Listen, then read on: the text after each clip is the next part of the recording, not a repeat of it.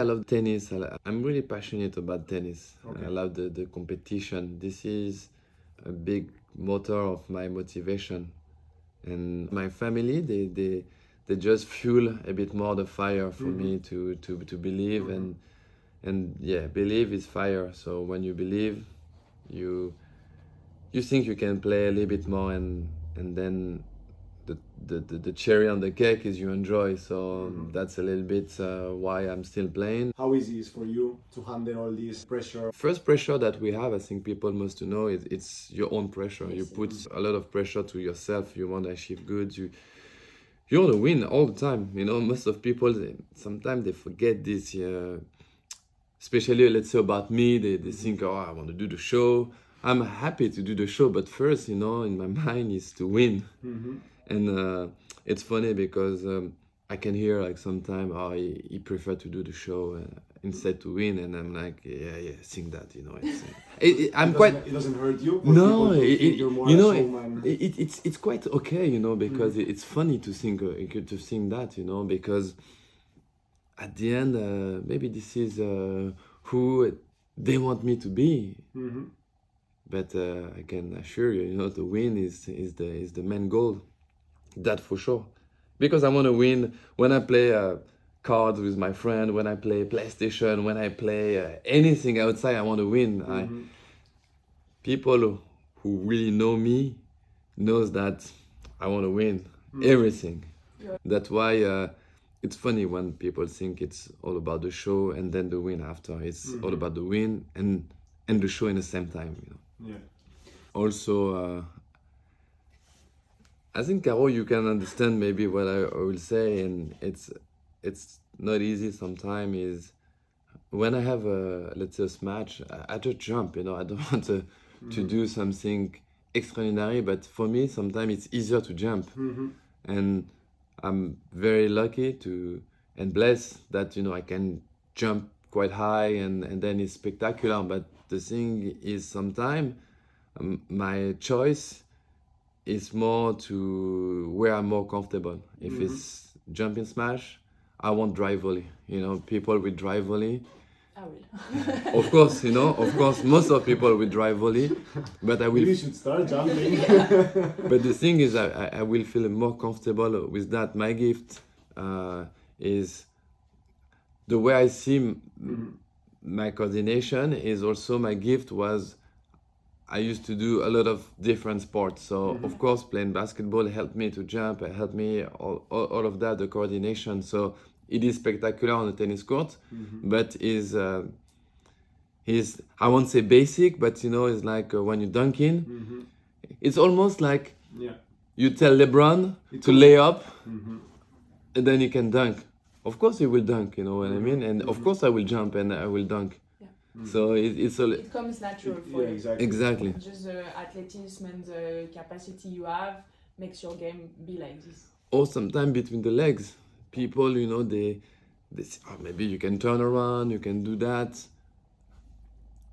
First thought for me is between the legs, because sometimes it's faster, sometimes because I'm lazy. You know, it's true. Sometimes I'm lazy to move my legs, you know, on the side at the net. So you go between the leg. That's when your amazing shots come, not when you're lazy. But you need to be focused. Yeah. Oh yeah. In this, sometimes people think when you do the show, how they call it, when you do the show, you extra focus. And these people, they don't really see the difficulty. They think like, oh, between the legs, it requires you more focus than a simple shot, right? Yeah, I mean, I still didn't try in like 20 years because I'm afraid to be hitting my knee or my leg. But you need to be really focused. And sometimes people will call it like more like show, or when you underarm serve or do some stuff like that, you need to be really focused. If not, it's impossible to do it. And a forehand, you don't have to be that focused because it's a memory muscle. Yeah, it comes very natural. Very natural. Still, also inside of me, you want to be the best that you can. So give up is not really an option. It's not really an option. I always wanted to show myself that I can achieve small goals, medium goals, and like let's say long-term goals, and that's helping me a lot to drive my motivation and my courage to come back. You need a lot of strength to do so because sometimes it's hard. No, it is. It is. Sometimes it's hard, but at the end of the day, we have to be grateful about what life gives us. We all have a gift. It's been to be a great tennis player. Some have, let's say, maybe some are a little bit more special than us. Yeah. I will guess, but we're all special, I think, as an athlete, and we really have to try to maximize what we can do, and I feel like the toughest part is the comparison. Mm-hmm. You can compare yourself to legend, and many people wants to compare us to someone that is completely different than us. So I feel like, yeah, you need to be you, and then you know that you gave your best. That's perfect, you know, and have your circle next to you. That's exactly what you need. How easy is for you to handle all these comparisons, outside pressure? I won't say unfair, but I think a lot of expectation. Yes, I never win a slam. A lot of people say I should have won a slam, and I always say not many done it. Mm-hmm. Yeah, but look at they will give you the three guys who won a slam. You know, it's only three, you know, three guys who won a slam, and you're like, yeah, but yeah, they are better than me. I know, you run faster, you jump higher, you hit. So much But more complex. the thing is, now it's towards the end of my career. People, you know, make you like you won't miss one ball. You will play exactly, perfectly every shot.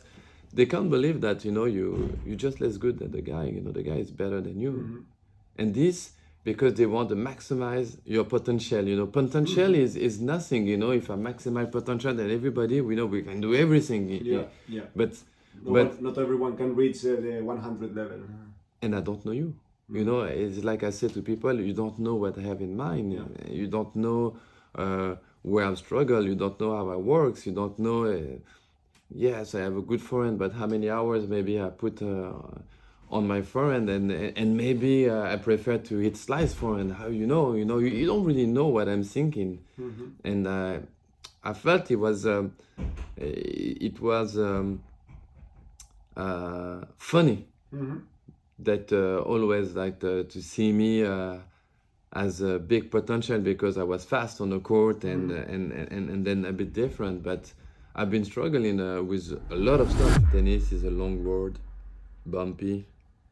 It's never really straight unless you are a super legend from the beginning. Enjoy the process because sacrifice, it's easier when you enjoy a little bit. It's not easy to enjoy sacrifices, don't get me wrong, but try to enjoy the most. Try to believe in yourself, and if you don't make it to your goal, it's not a failure, it's just an experience. You need to enjoy. For me, it's I need to enjoy this.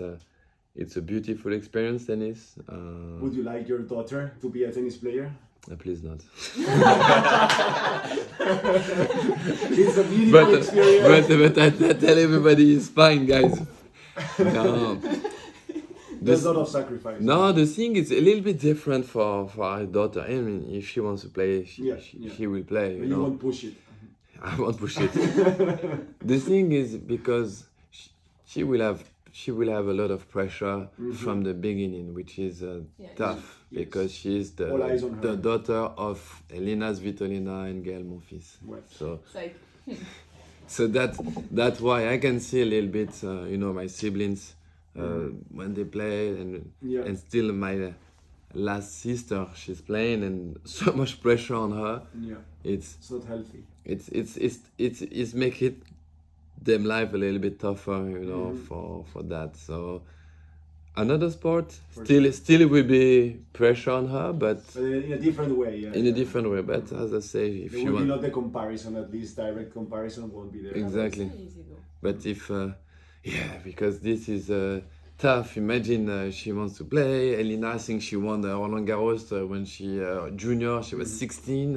Your daughter, she's 16. And She didn't win yet, she didn't or- win, and your dad, he win Roland Garros. He was 17. You know, It's too bad. it's, from the beginning till the end, he always, you know, which is tough. Well, hopefully, if she does, she has your mindset of enjoying and not. But imagine she win Roland Garros. She's 14. There's no way. There's no good way. Yeah. No, she will do anything she wants, but yeah, I will leave this open to her. Anything she wants, you know, like it will be open for her. To be honest, it will be open for her, and maybe, you know, she won't be in sport and she won't be on RT or whatever. My goal, I mean, now of course, my goal is to give her like as many opportunities to discover herself, and then try to choose her right path. That's my goal, you know, and to try to guide her, and then her choice. I have beautiful memories in Roland Garros most of the time. Is I think the highlight is being able to play in Roland Garros, and had some unbelievable memories in Roland Garros. For sure, it has to be an amazing experience. And my worst,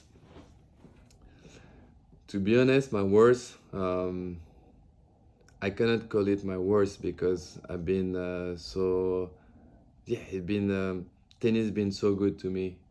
So I won't say I had the worst experience or worst thing happen, because everything means to happen, and you know, I learned about everything. So I will say, to be honest, is no worse. Is only maybe the worst would be to stop playing tennis. That would be, I think, my worst.